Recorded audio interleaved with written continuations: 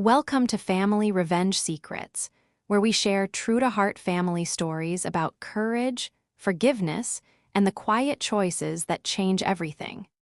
If you believe a single story can hand someone a light in the dark, consider subscribing and leaving a comment when this chapter ends. Your voice helps these stories find the people who need them most. The first thing I remember is the silence, how it pressed against the windows, how it tucked itself into the folds of the curtains. It was the kind of silence that only visits small houses after midnight, when the neighbors have put away their arguments and the dogs have posted their sentry yawns and even the streetlights look tired. I was standing at the sink, rinsing a single teacup, his cup, when the phone rang. My heart jumped the way a mother's heart always does. You learn to hear the world like a weather vane after you've raised a child. Ordinary sounds blow past, but a phone past midnight, that one you feel in your bones. Mom, the connection crackled, and then the voice I would know if the world went dark. It's me, Ethan. I steadied myself against the counter. Honey, where are you? Are you safe? I heard that lonely wind you get on overseas lines and a scrape of metal like a chair dragged over concrete. I'm okay. I can't say where, I just had a minute. I wanted to hear your voice. I turned off the faucet and set the cup down. The house held its breath. This is what mothers do when their sons call from war. We hold our breath so they can have seconds more to breathe. You sound tired, I said. He laughed a little. You sound like home. There are 100 things boys say to their mothers that don't matter and 3 things that always do. I'm okay. I'm coming home. I love you. He gave me 2 of them in that moment. Maybe that's why the floor beneath my feet felt steadier, why the small pains in my hands seemed to loosen. 50 years old can feel like a century when your child is in danger, or like a minute when he says, Mom. I told him about the front garden, the roses that had finally agreed to climb the trellis, how Mrs. Duffy across the street insists on feeding the stray cat even though she's allergic. I said none of it because he needed gardening tips. I said it because I wanted to ferry him across the ocean to our kitchen table, to the crooked salt shaker he always fiddled with, to the chip on the counter that looks like the state of Ohio if you squint. He listened the way soldiers listen, soft, hungry, trying to memorize the sound of ordinary life so they can carry it back like a lucky coin. He told me the food was salty and the nights were longer than they should be. He told me he was proud. He didn't tell me anything that would worry me, which is how I knew he was holding back the worry. Mom, he said suddenly, the line thinned, a violin string pulled too tight. I pressed the phone to my ear. Ethan, static, then his voice again, lower, as if he'd cupped his hand around the receiver. I might not be able to call for a while. Don't panic if you don't hear. And that was when I heard the second sound. Not through the receiver, not across an ocean. From my hallway, a floorboard, the third one from the top of the stairs, the one that always complains, gave a soft, familiar groan. It was followed by the hush of a foot sliding across the runner. I know the language of that footstep. I learned it when he was 12 and tried to sneak down for cookies, when he was 16 and came home late, when he was 18 and left for basic training, pausing on that very board, just there, as if the house could hold him a moment longer. Mom, you still there? Ethan asked, and I swallowed something hard and hot. I stared at the doorway. The hall was dark except for a narrow river of moonlight pooling along the baseboard. Again, the soft brush of movement. Then, impossible, the smallest exhale, like someone remembering to breathe after a long swim. I gripped the phone. Yes, I said, eyes fixed on the dark. I'm here. The air changed. That's the only way I can put it. The way it changes when a storm moves closer or when your child steps into a room. A shape arrived at the edge of the hall's shadow. Not a ghost. A weight, a presence. The hairs along my arm stood up in committee. Ethan, I whispered into the receiver. Where are you right now? There was a pause on the line. Can't say, Mom. We're not supposed to give locations. A paper rustle, the scrape of that chair again. But I'm safe, I promise. He was talking, and yet in my hallway, a second voice, his voice cleared its throat. You see things at night you don't trust in daylight, but I know my son's voice the way a blind woman knows her kitchen. Babies teach you this familiarity, the years keep it. No two voices rest on the same vowel. No two boys breathe with the same rhythm when they are about to lie or laugh or cry. Mom. The hallway voice, softer, closer, shaped the word the way Ethan always did when he was careful with me. The way he did after the accident that took his father. The way he did when he left for war. The cup I'd set beside the sink slid and kissed the porcelain, a tiny sound that startled me more than it should have. I tightened my grip on the phone. Ethan, I said into the receiver, say your middle name. He chuckled. Really? Now? Now, he said it, and I heard the smile in his voice. I heard the same smile, faint and fragile, catching in the air of my hallway. A foot crossed into the kitchen doorway, just the tip of a boot, the deep scuff at the toe I'd nagged him about, the one he promised to polish and never did. A shadow followed like a page turning. I felt my age then, not as a number, but as a ledger of every sleepless night, every prayer pressed between my palms, every time I had signed permission slips and discharge forms and checks I couldn't afford, paying with my body to keep him near the living. I should have screamed. I should have flipped on the light.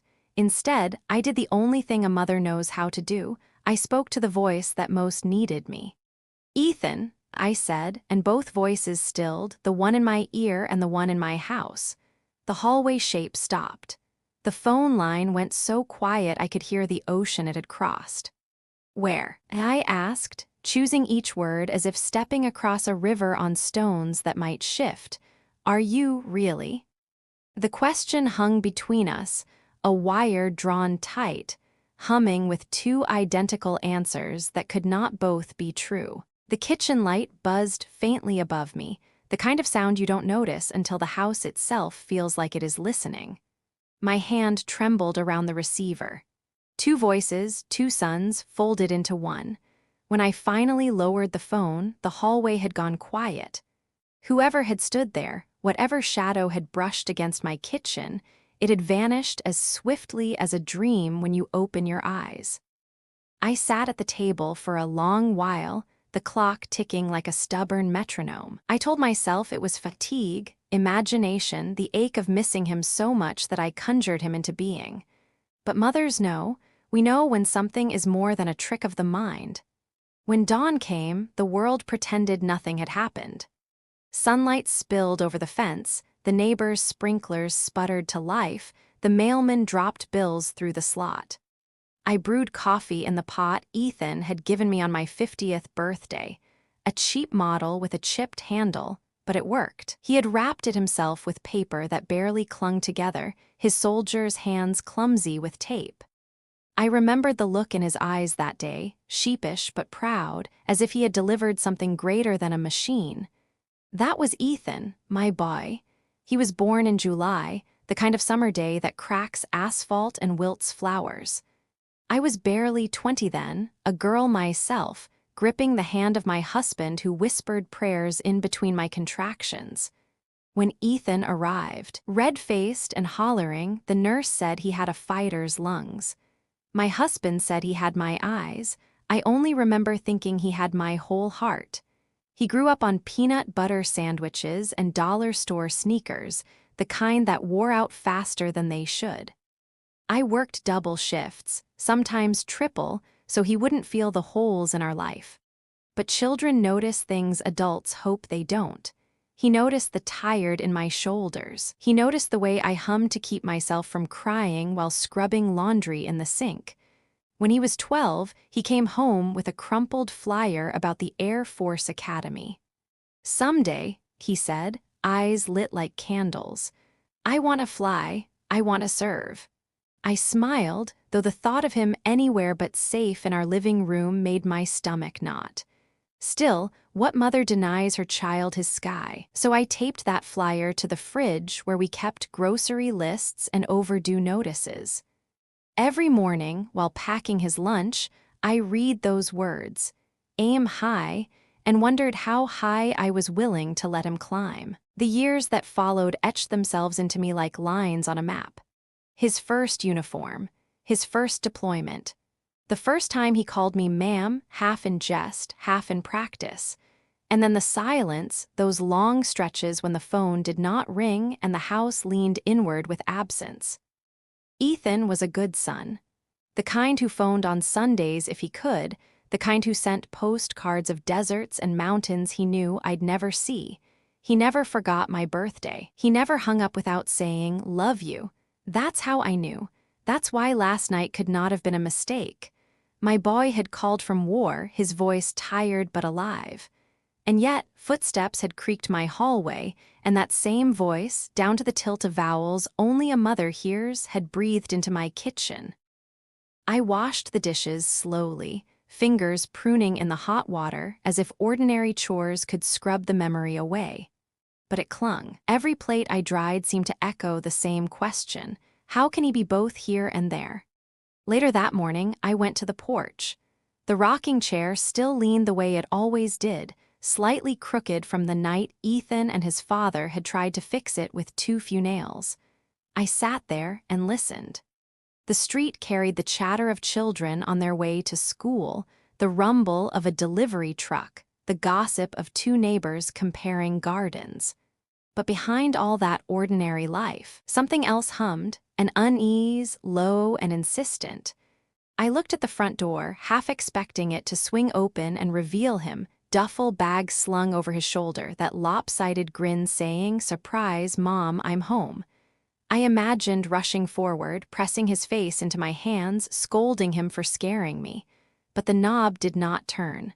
The porch stayed empty. I closed my eyes and replayed every detail of the night. The groan of the third stair, the scuffed boot toe, the breath in the hall. I had not invented those things. I had lived with that boy's footsteps for 2 decades. I could trace his walk blindfolded, tell you whether he was tired or hiding something by the way his heels touched wood. A mother's knowledge is not imagination, it is marrow deep. When noon arrived, I forced myself to the market. The clerk, a young man with hair always falling into his eyes, asked about Ethan the way he sometimes did. "He's still overseas, right?" he said, bagging my bread. I nodded. The lie tasted strange in my mouth because in some impossible way it was both true and false. On the walk home, I passed Mrs. Collins pruning her hedges. She lifted her sun hat. "Saw your boy yesterday," she said casually. Heading down Main Street, he waved, such a polite young man. I stopped cold. "Yesterday? Afternoon, I was sure it was him." I forced a smile, said something polite, but inside my chest the clock struck midnight again. That night, as I sat in the rocking chair with the porch light casting its weak glow, I whispered his name to the dark, half expecting the phone to ring, half expecting the stairs to creak. "Ethan, my Ethan, where are you truly?" Because a mother knows her son. And yet, I was beginning to realize perhaps not all of him had ever belonged to me. The days that followed were supposed to feel ordinary. They did not. Every corner of the house seemed to hold its breath, as if waiting for me to admit what I'd heard. I tried to move through my routines, sweeping the kitchen floor, folding laundry, watering the geraniums on the porch. But each simple act felt like a performance for an audience I couldn't see. Somewhere between the sound of the broom bristles and the creak of the rocking chair, I began to wonder if my mind was betraying me, or if something else, something stranger, was quietly unfolding. It started with the handwriting. A grocery list left on the counter, written in the sharp slant Ethan had always carried since grade school when his teachers praised his neatness. But on the next day, another list appeared in his room, a softer hand, rounder letters, the kind a lefty might scrawl when tired. Ethan wasn't left-handed. He never had been. I stared at that list so long my eyes watered, until the words blurred into nothing but lines. Then came the jacket. It was hanging by the door, his old bomber jacket with the frayed cuffs. I reached into the pocket for a tissue and pulled out a folded receipt. The date was from 2 days earlier. The store was just down the block, the one where I buy bread. The name signed at the bottom was his, Ethan's, but the time printed made my stomach twist. Because 2 days earlier, I'd been on the phone with him, clear as a bell, while the desert wind howled in the background. I told myself there had to be a mistake, a mix-up, perhaps an old slip that had slipped between the lining. I shoved the receipt back, but the doubt followed me like a shadow. Neighbors began to feed that shadow, too. At the post office, Mrs. Jenkins leaned across the counter with a conspiratorial smile. "Saw your boy walking down Main Street yesterday, looking good in uniform." I nodded, my lips curling into a polite smile, but my hands curled into fists at my sides. He was not in uniform here. He was thousands of miles away, unless. That night I couldn't sleep. I lay awake, listening for footsteps.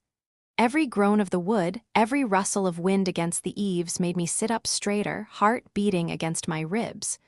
Around 2 in the morning, I heard it, the third stare again, the one that always betrayed him. I rose quietly, toes brushing the floorboards, and stood by my bedroom door. Silence. Then a cough, low, almost apologetic, like the sound he made when he was hiding a joke. I opened the door. The hallway stretched empty, lit only by the pale spill of moonlight. No figure, no sun. Still, I whispered his name. Ethan, and I swear on the bones of every mother who has ever prayed for her child, I heard a reply. A single word carried on the stillness, Mom.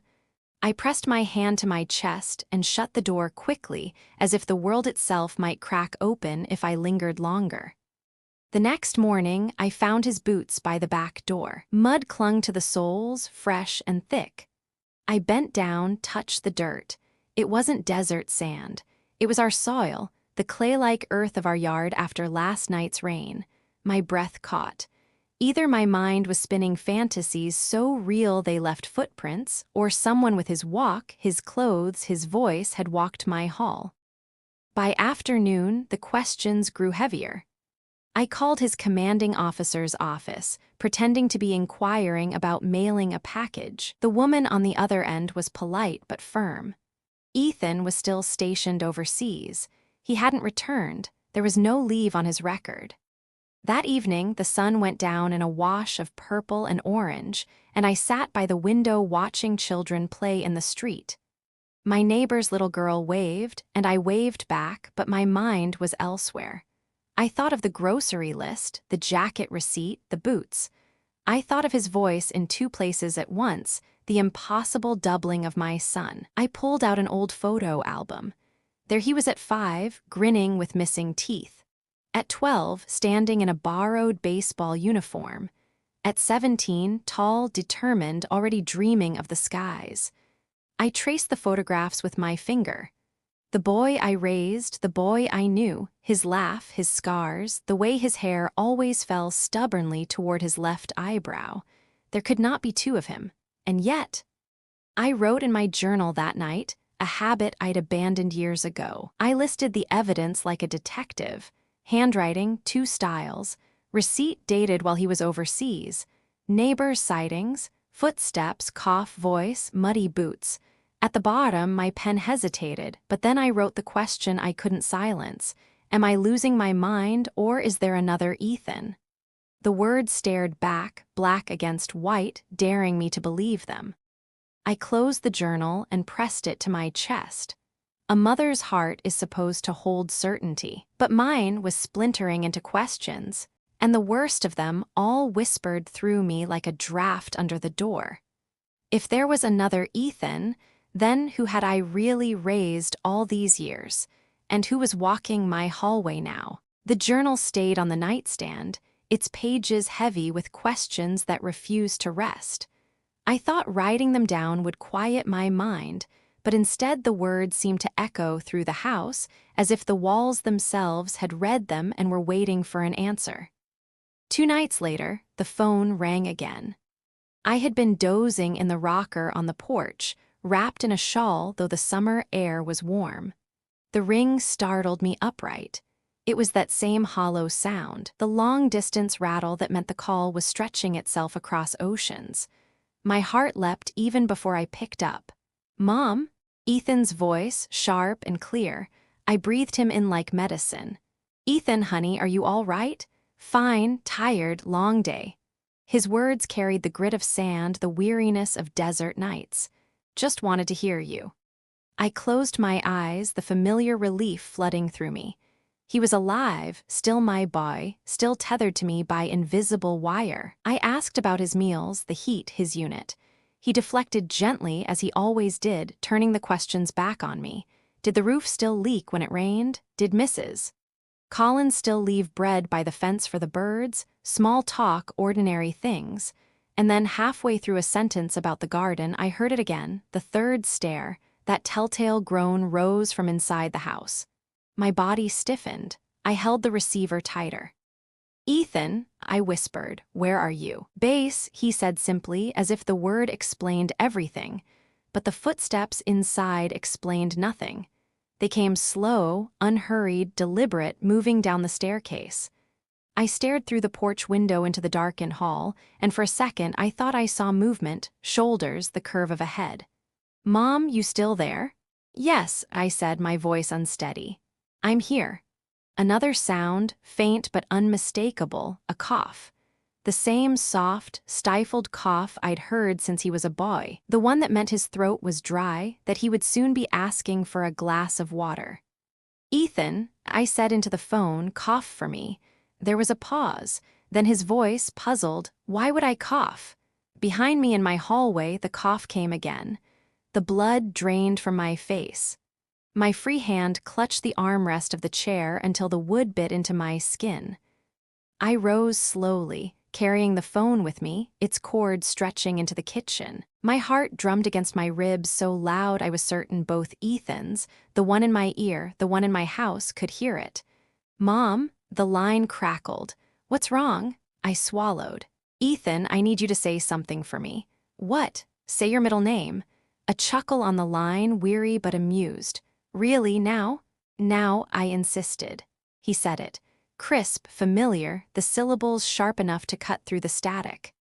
At that same moment, a shadow moved past the kitchen doorway. A low voice, his voice, echoed the name aloud, not mocking, not menacing, just repeating like a memory answering itself. The receiver nearly slipped from my hand. "Dear God," I whispered. The shadow hesitated. Then, as if realizing it had been seen, it stepped fully into the doorway. The light from the porch fell across a face I knew better than my own, Ethan's. The curve of the jaw, the scar on his brow, the same storm-gray eyes. I gasped into the receiver. You're here." "What?" The Ethan on the phone sounded alarmed. "Mom, what do you mean, where?" I stared at the figure in the doorway. His lips parted as if to speak, but no sound came. He looked as startled as I was, like we were two mirrors trying to understand each other. On the line, my son repeated himself, louder now. "Mom, where are you?" My knees nearly buckled. "Ethan," I whispered, voice breaking, "where are you really?" And for the first time, both voices fell silent. The one in my ear, the one in my kitchen. The silence pressed down heavy, demanding an answer I was not ready to hear. For a long time, I didn't move. The silence had lodged itself inside me, thick as smoke, and I stood there gripping the receiver like it could anchor me to reality. The hallway figure, whoever he was, vanished before I dared blink. One moment he was framed in the doorway, mouth parted as though to speak, and the next the kitchen was empty, shadows gathering in corners the way they always do after midnight. I didn't sleep that night. I sat at the table, the phone pressed to my chest, listening to the hum of the refrigerator, the ticking of the wall clock. Every so often I thought I heard that cough again, faint and apologetic, drifting through the floorboards like a ghost refusing to leave. By morning, my body ached with exhaustion, but my mind was sharper than it had been in years. If the world was going to play tricks on me, then I needed to arm myself with answers. The first place to look was the attic. Our attic was less a room than a holding pen for the forgotten. Boxes of clothes Ethan had outgrown, a broken crib I could never quite throw away, suitcases patched with duct tape, and the faint scent of cedar that had clung to the beams since before we bought the house. I climbed the ladder slowly, each rung creaking like it disapproved of my decision. Dust motes swirled in the narrow beam of light from the small window. I began opening boxes, one by one, sneezing at the powdery air. Old tax records, photo albums, my husband's collection of baseball cards. I set them aside, searching for something I couldn't yet name. It was the trunk at the far end that stopped me. A heavy thing scratched along the edges, its brass lock dulled with age. I remembered it dimly. My husband had brought it home not long after Ethan was born, insisting it held keepsakes. I had never looked inside. Maybe because I trusted him. Maybe because new mothers are too tired to question what isn't right in front of them. The key was still taped beneath the lid. My hands shook as I peeled it free. The lock gave way with a reluctant click. Inside, beneath folded blankets and a handful of letters, were hospital documents, birth certificates, discharge forms, my name scrawled in weary handwriting, his signature tight and deliberate beside it. I lifted the first sheet. Mother, Margaret Brooks. Child, Ethan James Brooks. Date of birth, July 14. That much I knew. But beneath it, another paper, older, edges yellowed. Same date, same mother. But the name was smudged, almost erased, as though water had spilled and dragged the ink across the page. Child. Brooks, the first name unreadable. I pressed the paper closer to the light. The ink had run, but I could still make out faint traces, two curved letters like the start of Daniel or David. My stomach turned. Twins. I whispered the word into the attic's dusty silence. Twins. The air felt thinner, the beams pressing closer. Had I been so lost in childbirth, so fogged by pain that I had missed the truth? I remembered the delivery room only in flashes, bright lights, the nurse's hands, my husband's strained smile. I remembered holding Ethan, his tiny fists curling into mine. But what if there had been another? I dug deeper into the trunk. More scraps of paper, some torn, some folded tightly. A hospital bracelet, the kind they place around newborn wrists. The plastic was brittle with age, the name faded, but I could still see the date, July 14. My hand flew to my mouth. The questions came like thunder. Why hadn't I been told? Why had my husband kept these papers hidden away, and where was the other child now? I climbed down from the attic slowly, clutching the bracelet and the papers against my chest. The house seemed to sway beneath me, as if it too had been keeping secrets all these years and was finally exhaling them. In the kitchen, I spread the documents on the table. The two birth records side by side, one clear, one blurred. Ethan's name, solid as stone. The other, barely a ghost. I remembered the figure in the hallway, the cough, the way he had echoed Ethan's middle name at the exact moment Ethan spoke it across the ocean. What if he hadn't been an intruder or a hallucination? What if he was the missing piece, the child I had never been allowed to know? My chest tightened. Could a mother's instinct stretch across decades, reaching for a son she had never held? I thought of Ethan overseas, fighting in a desert he couldn't describe, believing he was my only child. And here, at home, footsteps creaked the stairs in rhythm with his, a cough mirrored his breath, and eyes identical to his had stared at me through the darkness. My hands shook as I gathered the papers into a folder. I couldn't keep this to myself. Someone had to know. But who? Mrs. Collins. Perhaps she had once worked part-time at the local hospital. Or maybe Carol, my oldest friend, who had been by my side when Ethan was born. Someone might remember something, a whisper of scandal, a record misplaced. That night, I set the folder beneath my pillow like a talisman. I lay awake listening to the quiet house, daring the third stair to groan, daring the cough to return. But the house stayed silent, as if it too was waiting for me to decide what to do with the truth. And though my body begged for sleep, My mind circled the same impossible thought. I had raised one son with every ounce of my love, but somewhere in this world, another son, my son, had lived without me. The question that haunted me was no longer, am I losing my mind? It was which of them had come home, and which of them had I lost? Morning light fell across the kitchen table, spilling over the folder of papers I had guarded through the night. I stared at them as if sheer willpower might make the faded ink reappear, as if the truth would walk out of the paper and sit down across from me. My coffee had gone cold, but I hadn't touched it anyway. There was only one person I could trust to help me make sense of this: Carol. She had been my closest friend since we were girls in school, the kind of friend who knows the weight of your laughter as well as your tears. More importantly, she had been there the day Ethan was born. She had waited in the hospital corridor with flowers that wilted in her lap, eager to hold my baby when the nurse finally allowed visitors. By mid-morning, I had made up my mind. I tucked the papers and the brittle hospital bracelet into my purse and walked the 3 blocks to her house. The neighborhood was waking up. Sprinklers chattered on manicured lawns, the mail truck lumbered past, a boy sped by on his bicycle calling out to a friend. Life continued its ordinary rhythm, but each sound felt distant, as if I were separated from the world by a pane of glass. Carol opened the door before I could knock twice. "Maggie," she said, her eyes narrowing at once. "You look pale as parchment. Come in." Her house smelled like cinnamon and old books. I sat on the couch where we had shared gossip and grief 100 times before. For a moment, I couldn't find the words. Then I opened my purse, laid the papers on the coffee table, and pushed them toward her. She studied them quietly, her reading glasses sliding down her nose. When she looked up, her face had changed. "Where did you get these?" "In the attic," I whispered. "He hid them from me all these years." Her mouth tightened. "Your husband?" I nodded. She tapped the blurred certificate with one finger.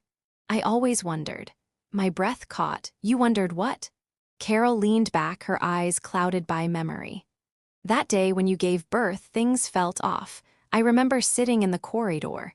The nurses whispered more than usual. One rushed past with a bundle in her arms. Then another nurse came, carrying Ethan. Only him. I asked, wasn't there another?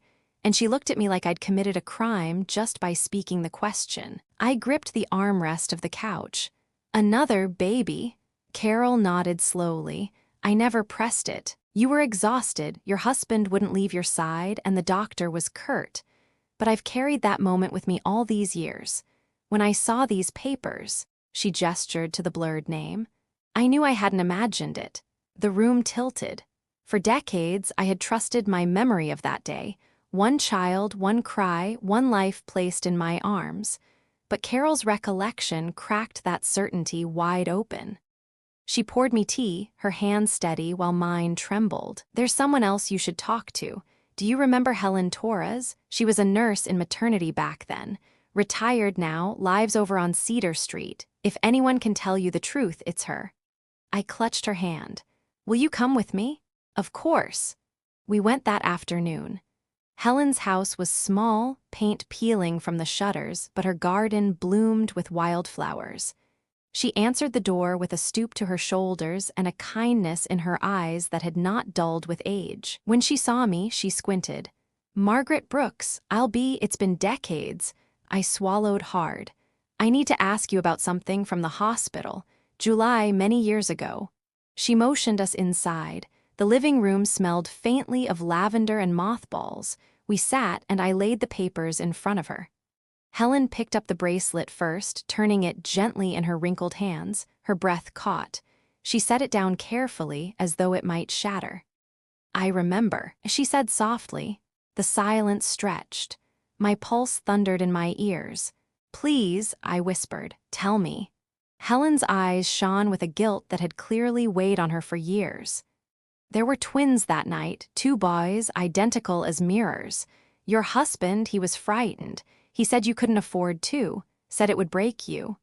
There was talk between him and the doctor, words I wasn't meant to hear.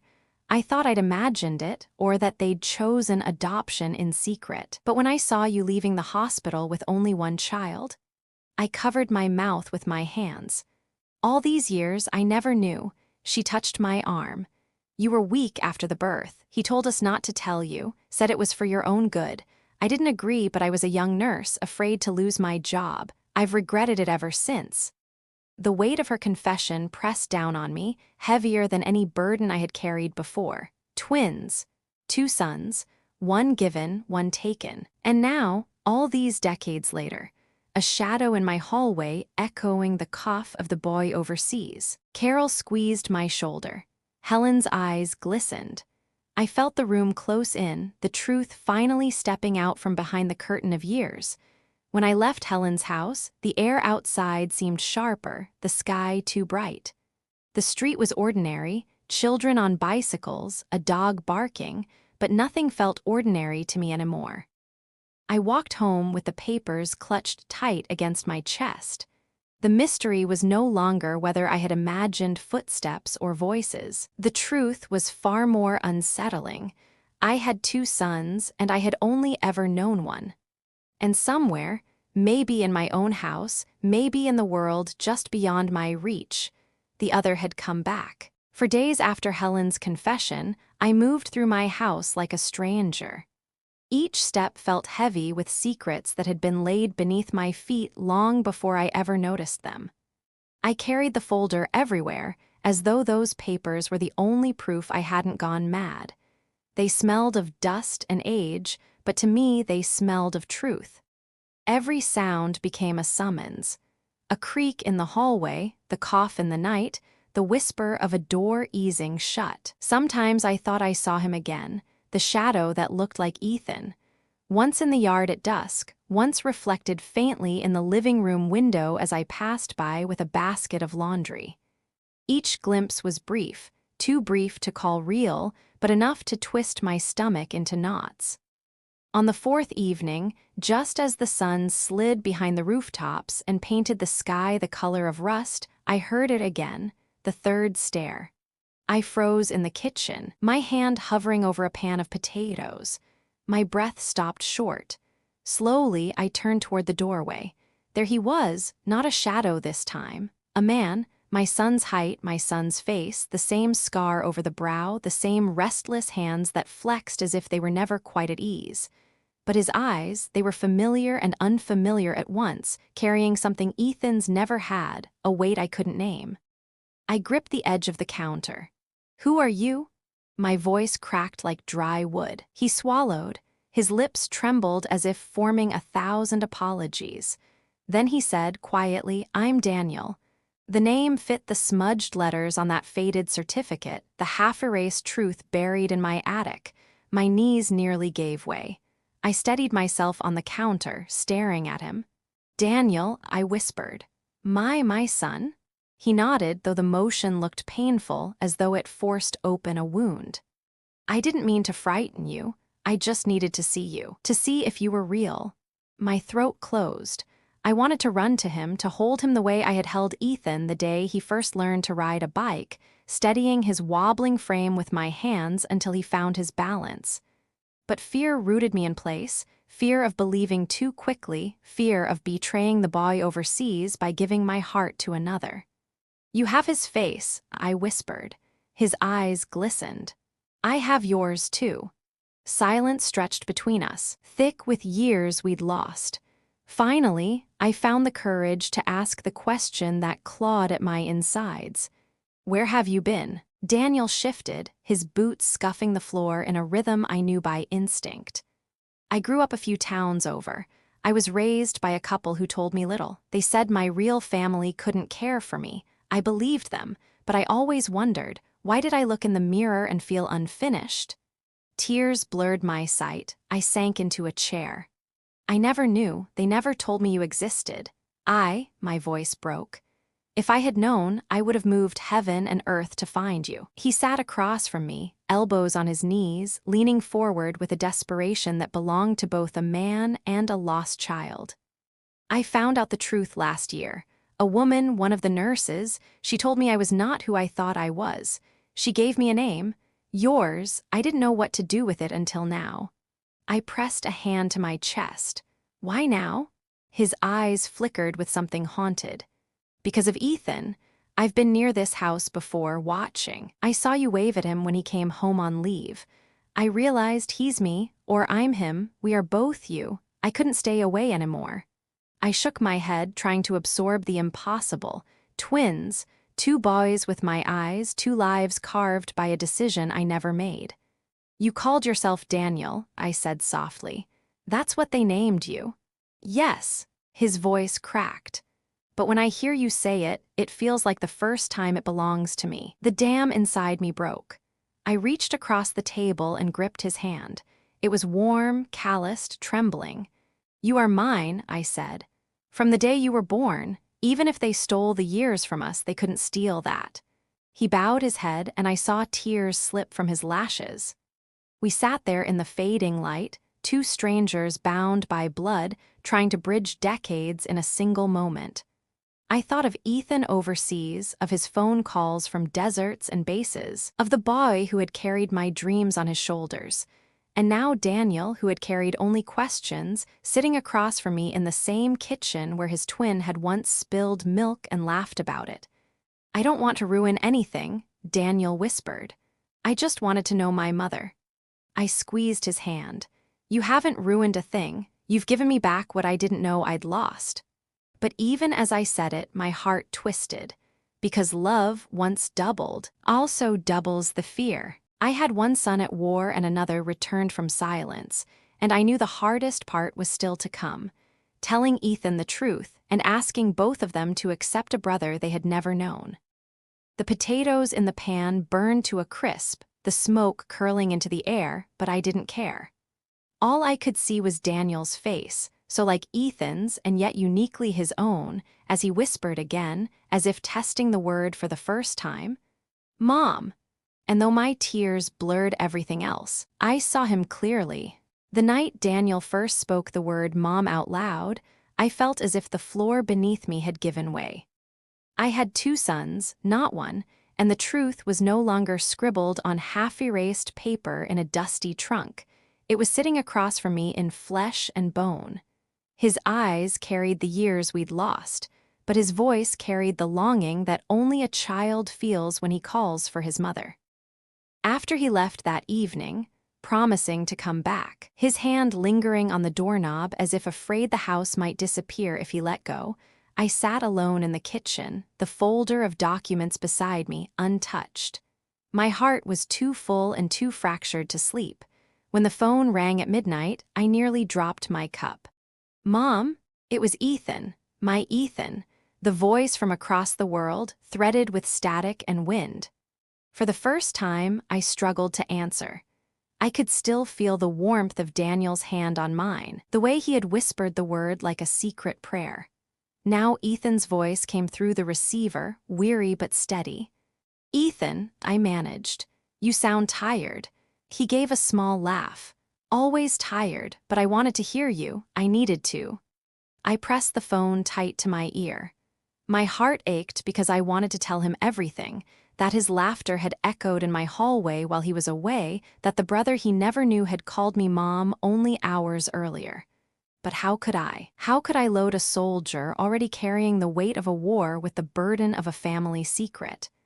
Instead, I asked about his day.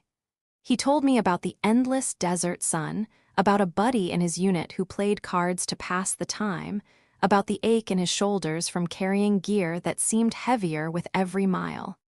He tried to make it light, as he always did, but I could hear the fatigue behind the words. Then he said, I had a dream last night. It was strange. I dreamed I wasn't alone as a kid. I dreamed I had a brother. The room around me tilted. I gripped the table edge. A brother? Yeah, isn't that silly? He looked just like me. Same eyes, same scar. We were playing in the yard together and you were watching us from the porch. He laughed, embarrassed. I guess my mind is messing with me. Tears stung my eyes. No, Ethan, that's not silly at all. He paused. What do you mean? My throat tightened. Every part of me wanted to shield him. To let him believe the life he knew was the whole story. But a mother's love isn't just about protecting, it's about telling the truth when lies will poison the soul. "Ethan," I whispered, "there's something I need to tell you, something I only just discovered." The line crackled. I heard him shift, perhaps sitting straighter, bracing himself. "What is it, Mom?" I closed my eyes and let the words fall. You weren't born alone. You had a brother, a twin. They told me only about you, and I never knew, but he's here. His name is Daniel. He found me." Silence stretched across the ocean, heavier than any words. My pulse roared in my ears. Finally, Ethan spoke, his voice tight, trembling. "A twin? You mean there's someone out there who's like me?" "He's not just out there," I said, tears rolling down my cheeks. "He's here. He's been in this house. He's been searching for us all his life." Ethan's breath hitched. "Why didn't you ever tell me?" "I didn't know, sweetheart. They kept it from me. Your father, the doctor, I was blind. I would have never hidden this from you." The line went quiet again. I imagined him sitting in some dim barracks, head in his hands, trying to piece together a life that had just split in two. At last, his voice returned, broken but fierce. "If he's real, if he's my brother, I need to meet him. I need to see him with my own eyes." I pressed a hand to my chest. "You will. When you come home, you'll meet him. I promise." He exhaled sharply, a sound caught between anger and longing. "All these years I thought I was alone, and now, Mom, I don't know whether to be grateful or furious." "I know," I whispered. "I feel the same, but he's your blood. He's my son, and nothing will change that." A click sounded on the line, someone calling for him in the background. Ethan's voice grew hurried. "I have to go. But Mom, take care of him. If he's my brother, he's family, and family doesn't get abandoned." The line went dead. I sat there long after the dial tone faded, tears spilling freely. I had one son in a desert war and another son who had just found his way back to me. The phone was still warm against my cheek, but all I felt was the chill of the unknown. Outside, the wind shifted, carrying the scent of rain. Inside, I clutched the folder to my chest and whispered into the silence, "God, help me hold them both." Because love had not divided, it had multiplied. And with it, so had the danger of losing everything. I spent the following week in a fog, moving between two realities.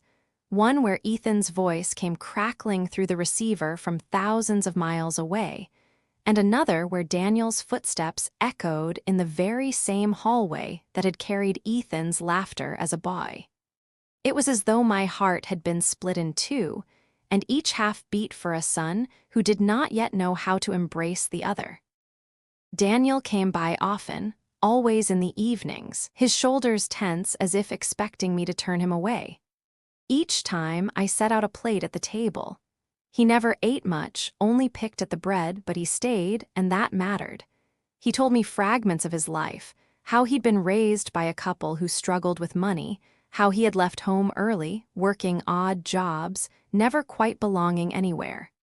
He spoke with the same inflection as Ethan, the same tilt of the head, and each time I had to steady myself, reminding my heart that they were two different men, though the blood in their veins was the same. Ethan called twice more from overseas. His questions grew sharper. What does he look like? Does he sound like me? Does he know about me? I answered carefully, knowing every word was a stone laid on a fragile bridge between them. Each time, before hanging up, Ethan repeated the same line, "Don't let him disappear, Mom. Don't let him slip away before I come home." When Ethan finally returned on leave, the house trembled with anticipation. I spent the morning preparing his favorite meal, roast chicken with rosemary, potatoes mashed smooth, green beans cooked with garlic. My hands shook as I set the table, each place setting a declaration that this family, broken and mended, would finally face the truth together. The doorbell rang just as the sun dipped low, painting the windows gold. I opened the door, and there stood Ethan, taller than I remembered, uniform sharp, his face weathered by dust and distance. His eyes softened when he saw me, and for a moment he was my little boy again, running into my arms after a scraped knee. "Mom," he said, and I folded him into my embrace, tears wetting his collar. But behind him, in the dim porch light, Daniel emerged from the shadows. He had insisted on being here. He had said, "If he is truly my brother, I can't hide anymore." The moment froze. Ethan's eyes landed on Daniel, and the world seemed to tilt. He stepped back, breath caught in his throat. It was like watching two mirrors face each other. Same eyes, same jaw, same scar etched above the brow. Ethan's hand hovered at his side, trembling. What is this?" I placed a hand on his arm. "Ethan, this is Daniel, your brother, your twin." Daniel's lips parted, but no words came. He simply nodded, his face etched with fear and longing. For a long moment, Ethan said nothing. His jaw tightened. His eyes flicked between me and Daniel as though searching for proof that this was not some cruel trick. Finally, he stepped forward, close enough to look Daniel in the eyes. "You're real," he whispered. Daniel nodded. "So are you." The silence that followed was unbearable. I led them inside, my legs weak beneath me, and we sat at the table meant for three. I tried to speak, but my throat closed. It was Ethan who finally broke the quiet. "Why didn't you tell me?" he asked, his voice sharp. Tears welled in my eyes. "Because I didn't know. They kept it from me, your father, the doctor. I was blind. I swear to you, Ethan, if I had known, I would have fought for both of you." Ethan pressed his palms against the table, head bowed. All this time, I thought I was alone. Every battle, every night out there, I thought no one could ever understand what it felt like to carry it all. And now, he looked at Daniel, eyes blazing. "Now I find out there's someone who could have." Daniel swallowed hard. "I didn't know either. I only found out last year. I wanted to come sooner, but I was scared. I thought you'd hate me." Ethan let out a bitter laugh. "I don't know what I feel, angry, shocked, grateful, all at once." The tension crackled like lightning between them. I reached across the table, clutching both their hands. "Listen to me. Whatever was stolen from us, we cannot let it destroy us. Blood brought you into this world together, but love must keep you here now." Daniel's eyes glistened. "I just wanted to know my mother. I never expected." He glanced at Ethan. "I never expected a brother." Ethan's face softened, though his jaw still trembled.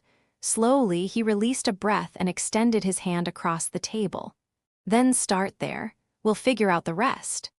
Daniel stared at the hand as if it were a rope thrown across a chasm. Then, with trembling fingers, he clasped it. The room seemed to exhale with us. For a moment, the weight of secrets lifted, replaced by something fragile and new, possibility. Yet even as I watched them, my heart warned me that this was only the beginning. Love had been multiplied, yes, but so had the shadows. Because for every truth that comes to light, there is always another waiting in the dark. And I could feel it pressing at the edges of our fragile reunion, whispering that peace would not come without a cost. The first night the boys sat at the same table, I thought perhaps, just perhaps, heaven had returned what life had stolen. But the days that followed proved that love, even between brothers, is not stitched in an instant. It has to be sewn carefully, and sometimes the needle pricks more than it mends. Ethan moved through the house like a soldier, even on leave, disciplined and sharp, every gesture measured. Daniel, by contrast, hovered like an outsider afraid to breathe too loudly. He slept in the guest room, ate politely, and carried himself with a humility that made me ache. But beneath the politeness, I felt the tension growing, like storm clouds piling on the horizon. It began with the little things. Ethan noticed Daniel's boots by the door, boots scuffed in the same place as his own, and frowned. At dinner, Daniel's laugh mirrored his, and Ethan fell silent, as though the sound unsettled him. When Daniel offered to help fix a leaky faucet, Ethan snapped. "I can handle it." One afternoon, I found them in the living room. Daniel was flipping through a photo album, his eyes drinking in the images, Ethan's first bike, his high school graduation, me standing proudly at his side. Daniel touched a photo softly, whispering, "These should have been mine too." Ethan stormed in, catching the words. "Don't say that. Those weren't yours. You can't just walk in here and claim my life." Daniel's face flushed. "I'm not claiming your life. I'm mourning the one I never got." Their eyes locked, two mirrors facing each other, each refusing to yield. My heart pounded. I stepped between them, pressing my palms against their chests. "Stop this, both of you. Do you think it's easy for me seeing the years that were stolen from all of us? But fighting each other will not give them back." Ethan turned away, fists clenched. "Mom, he's a stranger. He may look like me, but he isn't me." Daniel's voice broke. "Maybe I am a stranger, but I'm also your blood. Doesn't that mean something?" The silence that followed was unbearable. That night, after they both retreated to their rooms, I sat in the kitchen with my head in my hands. I felt like Solomon in the old story, forced to choose between two sons, except both were alive, both were mine, and no sword could cut this knot of pain. I thought of Ethan's sacrifices, the years of service, the discipline, the courage. I thought of Daniel's loneliness. The child left behind, the man searching for a family he'd never known. How could I measure one against the other? The next morning, I gathered them both at the table. The air was thick with silence. I laid the faded papers before them, the twin birth certificates, the hospital bracelet, the evidence of the truth. "I cannot change what was stolen," I said, my voice trembling but firm. "I cannot give either of you the childhood you deserved. But I will not let this house become a battlefield. You are brothers. You don't have to like it today. You don't even have to accept it tomorrow. But you will not tear this family apart while I breathe." Ethan looked at me, his jaw tight. "And if I can't accept him?" Daniel flinched as if struck. My heart broke, but I lifted my chin. "Then you will still accept me, because I am mother to both of you, and if you make me choose, you will both lose. I will not divide my love. It belongs to each of you equally, fully, forever." The words seemed to hang in the air, heavy with the weight of a vow. My chest ached from the force of them, but I meant every syllable. Ethan's eyes flickered with pain. "Mom, you're asking me to share everything I thought was mine alone, your love, this house, our history."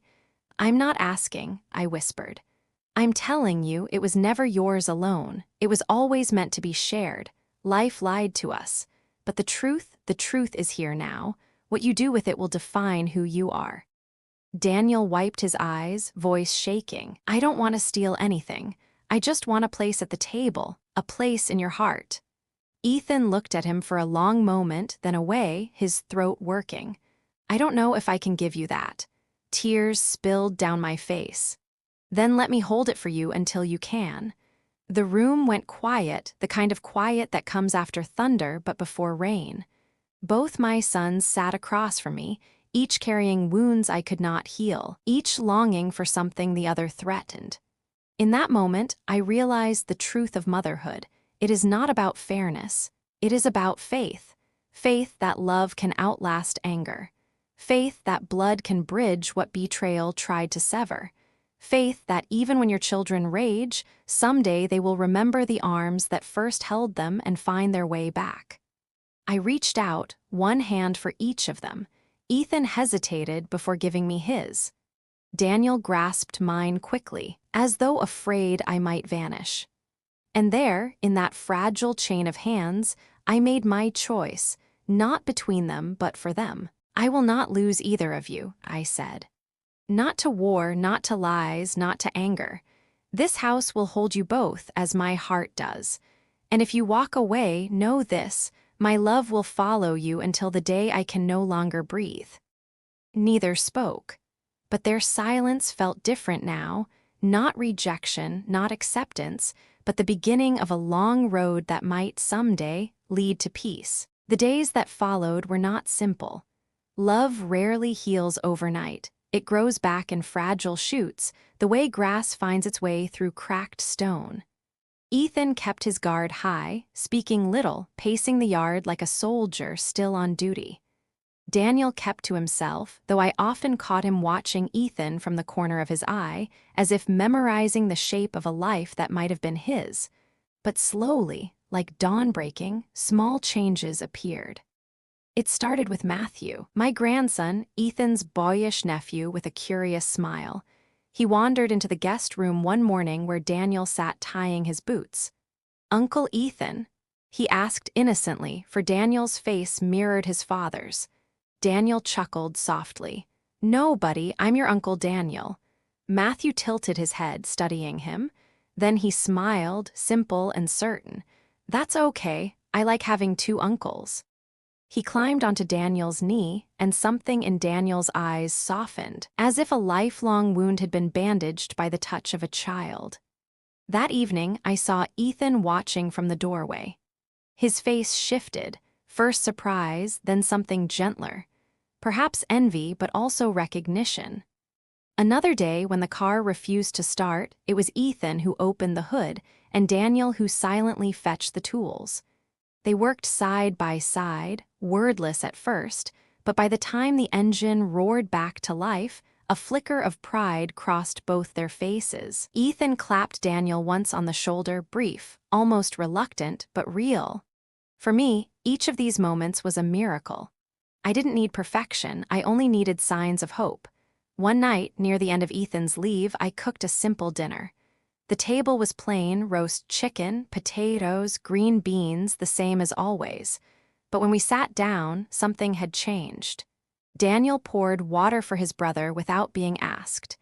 Ethan passed him the bread without hesitation. The air felt lighter, as though the storm had finally spent itself. Halfway through the meal, Ethan cleared his throat. "Daniel," his voice was low but steady. "You're right, we are blood, I can't deny that. I don't know what kind of brother I'll be yet, but I want to try." Daniel's eyes shone. "That's all I've ever wanted." The silence that followed was different, warm, expectant. My chest ached with gratitude. Later, as the dishes dried in the rack, Ethan and Daniel sat together on the porch, their shoulders nearly touching. I listened from the kitchen, pretending not to notice, but I heard the rumble of Ethan's laughter and Daniel's quieter reply. For the first time, their voices blended, not as strangers, but as brothers. I stepped outside, wrapping my shawl around me, and looked at them against the fading light. Two men, two sons, two halves of a truth that had been buried but not destroyed. My heart swelled with a peace I had feared I might never feel again. I knew there would still be struggles ahead. War would call Ethan back soon. Daniel would still wrestle with years of absence. But tonight, for the first time, I felt my family whole.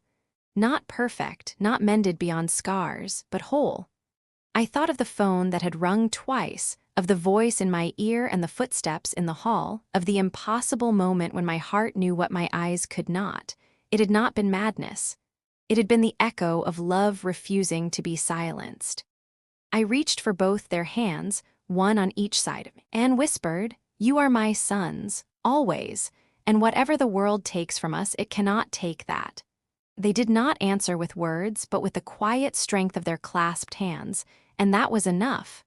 To our dear viewers who have walked with us through this story on Family Revenge Secrets, thank you for giving your hearts and your time. May you hold your loved ones a little closer tonight.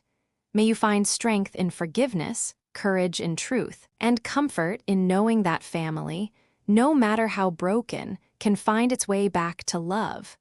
From our family to yours, we wish you health, peace, and happiness in your homes.